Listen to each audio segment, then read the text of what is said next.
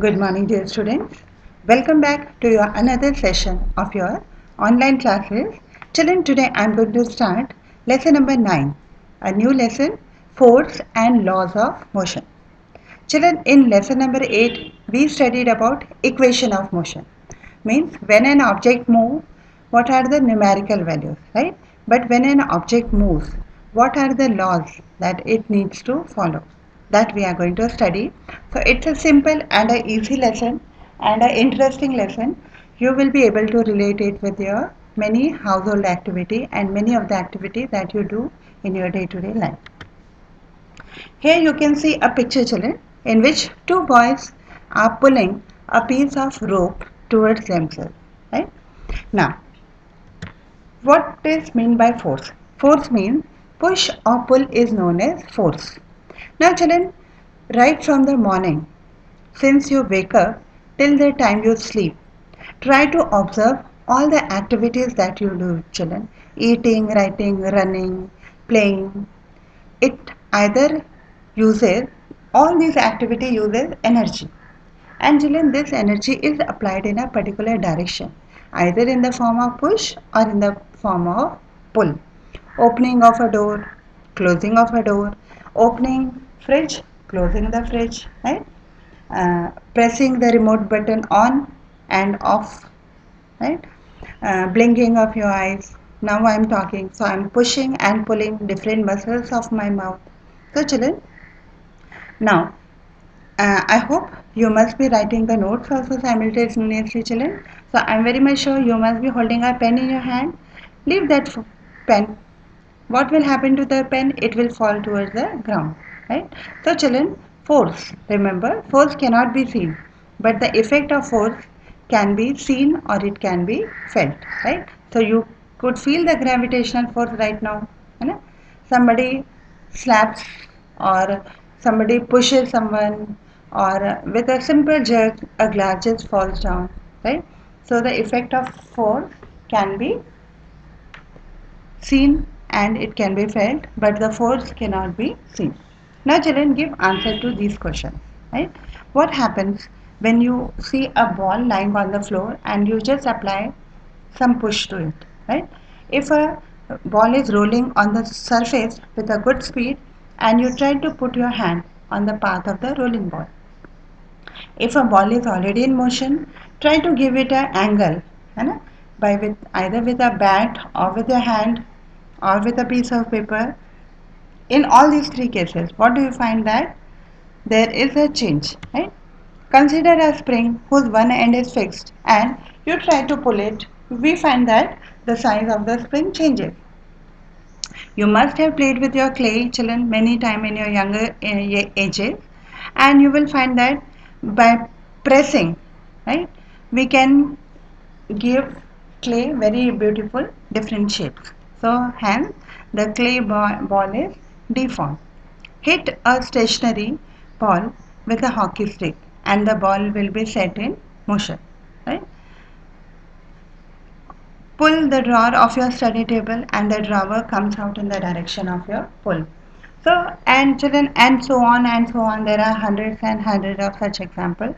I just give you a few examples to just make you realize that what are the effect of force on an object. So children, what are the effect of force on an object?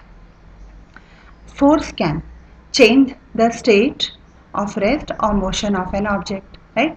If your pen is lying, just apply some force. It will either come in motion, or if it was already in motion, just try to stop it. It will come to rest, right?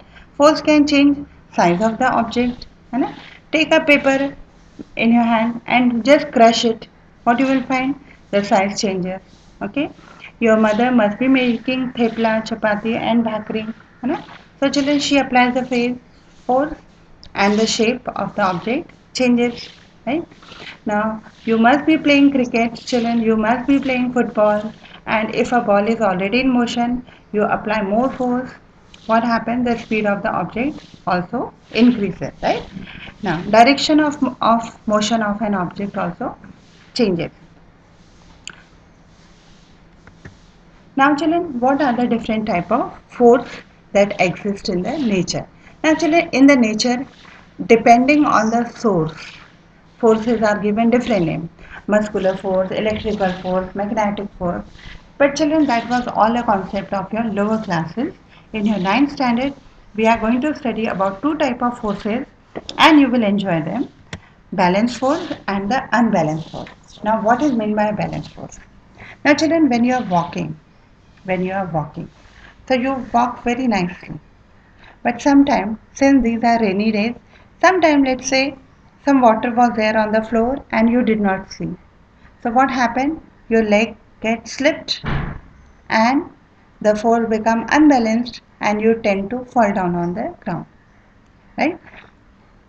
This is a picture of a very good sport which you must have enjoyed playing in your on your sports day, tug of war. So tug of war is one of the best example for both balanced as well as the unbalanced force. Right? What is meant by balanced force? When two forces of equal magnitude but they are acting in the opposite direction simultaneously. Okay, the object continues to be either in the state of rest or it will continue in the motion of in the state of motion in a straight line. You can see in the picture, children, a girl is standing and she has put all her weight on the wall, and she is not falling because because the wall has equally shared the force which she is applying. If she becomes more inclined, then definitely she will fall down. So children, one best example of balance force is when you chew the food. You will find that your both jaws are applying force equally, right? Or you can do one more thing: take your left hand in your right hand and try to pull. Will your hand move in either of the direction? No. So balanced force, example of balanced force: walking, running, as long as you don't fall down, right? They are the example of balanced force, right? When we push a wall, it's an example of balance force. How much force you apply, it will not fall until and unless a bulldozer is not there, right? Trying to push a heavy box on a rough surface, right?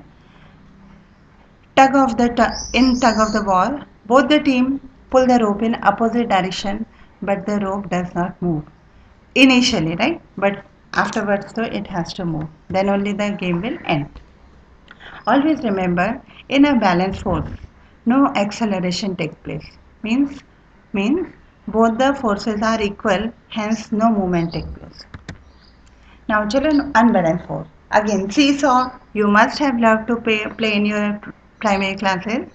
Now, children, usually a child who is very fat, right? And if he sits on a seesaw with another friend of his who is underweight, like how you can see in the picture, that heavy person will always remain down only, and the other part of the seesaw will be always on the top. So it's another such game which children usually enjoy a lot. So children, what is meant by unbalanced force? Two forces. Again, they may be unequal. One may be more and another one will be less. Again, they are acting in opposite direction at the same time, and the object will move in either of the direction, right? Now, which direction? Where the force is more. Again, the same example, children: tug of war. One side you can see three men, another side you can see four men, and you can see that though they are three men, but they were able to pull those four men very much towards themselves, and they may win also, right? Such forces are called as unbalanced force. So children, whatever accidents happen, they are unbalanced force, right? If a glass falls down, unbalanced force. If you fall down, then unbalanced force, right? So some example are when a boy drags a box on the floor, right? A bicycle will slow down if the rider stops pedaling. You must be loving to do cycling. You must be going for cycling. Now, once your cycle attains a good speed, what we do? We stop pedaling it. So does it continue to be in the same speed? No. Slowly, due to the force of friction, its speed decreases. Now children, some more type of forces, contact and non-contact force. These are not in your syllabus children, but you must know them. Contact force means when the force can be experienced only when we are in physical touch. For example, if your mother pats you for something, right? And if she pets you on your shoulder or your head, then you feel very good, right? When your teacher appreciates you and she puts your hand on your shoulder or your head, you feel very nice, right? So such these are example of contact force. Non-contact force, like if you have to feel, if you many of you must have felt electric shock, children. Now, to feel electric shock, we don't have to put our finger in those two holes. These are rainy days, so sometimes when you open fridge with your wet hand, you can feel the electric current. If you touch switches with the wet finger, then also you can feel the same. So, children, contact force and the non-contact force. Contact force means I'm just giving you the concept here, though it's not in your syllabus, but children, in the further topic, these two words often come, right? So, contact force, which can be felt with our physical touch, non means in which we do not require the physical touch. Here are some examples you can see: muscular force, mechanical force, right? Friction force. These can be felt, okay, but gravitational force, electric force, magnetic force, we don't have to physically touch them, we can always feel them, right? So children, this was the first part of your lesson, force. In my upcoming topics I will be taking the laws of motion. It's a very easy and an interesting lesson, children. I hope you are enjoying my teaching. You all children never give me any feedback, so I don't know whether you are listening them or no. But children, take care of yourself and please do study, because this is the only option that is available with us right now. Okay, thank you. God bless you.